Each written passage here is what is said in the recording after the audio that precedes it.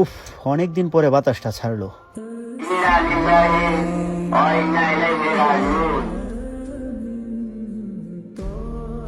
ইন্না লিল্লাহি ওয়া ইন্না ইলাইহি রাজিউন। মানুষ কয়দিনের, মরে গেলেই সব শেষ। কি হয়েছে, এভাবে দৌড়াচ্ছ কেন? ভাই, আমার বোন মারা গিয়েছে। ইন্না লিল্লাহি ওয়া ইন্না ইলাইহি রাজিউন। এখন আমি কি করতে পারি?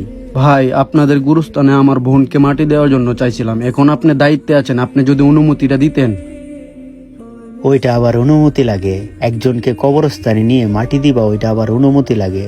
যাও কবর খুঁড়ো গিয়া, কেউ যদি কিচ্ছু বলে তারপর বলবা খায়রুল ভাই অনুমতি দিছে। ভাই, আমি তো এই গ্রামের সদস্য না, আপনি যে আমার বোনকে মাটি দেওয়ার অনুমতি দিলেন, আপনি তো ভাই আমার অনেক বড় উপকার করলেন ভাই।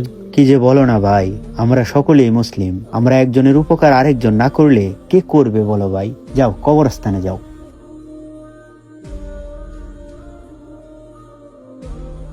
ভাই, এই লোকটা দৌড়ে কে?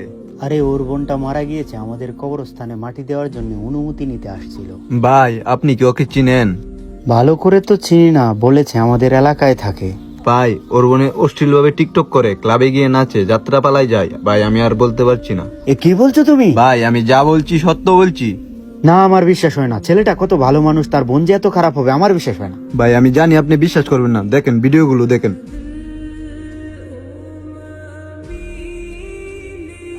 আস্তাগফিরুল্লাহ, আস্তাগফিরুল্লাহ। ভাই, আমাদের কবরস্থানে ওর বোনকে মাটি দেওয়া যাবে না। তুমি কি মাটি দিতে দিবা না? আমি তো দেব না।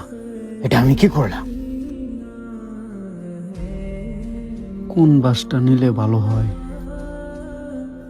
এই দাঁড়াও, ভাই, আপনি আমার বোনের কবরস্থান করা শেষ, বাস নিতে আসছি। এই দাঁড়াও মিয়া, বাদ দেও। আমাদের কবরস্থানে তোমার বোনকে কবর দেওয়া যাবে না।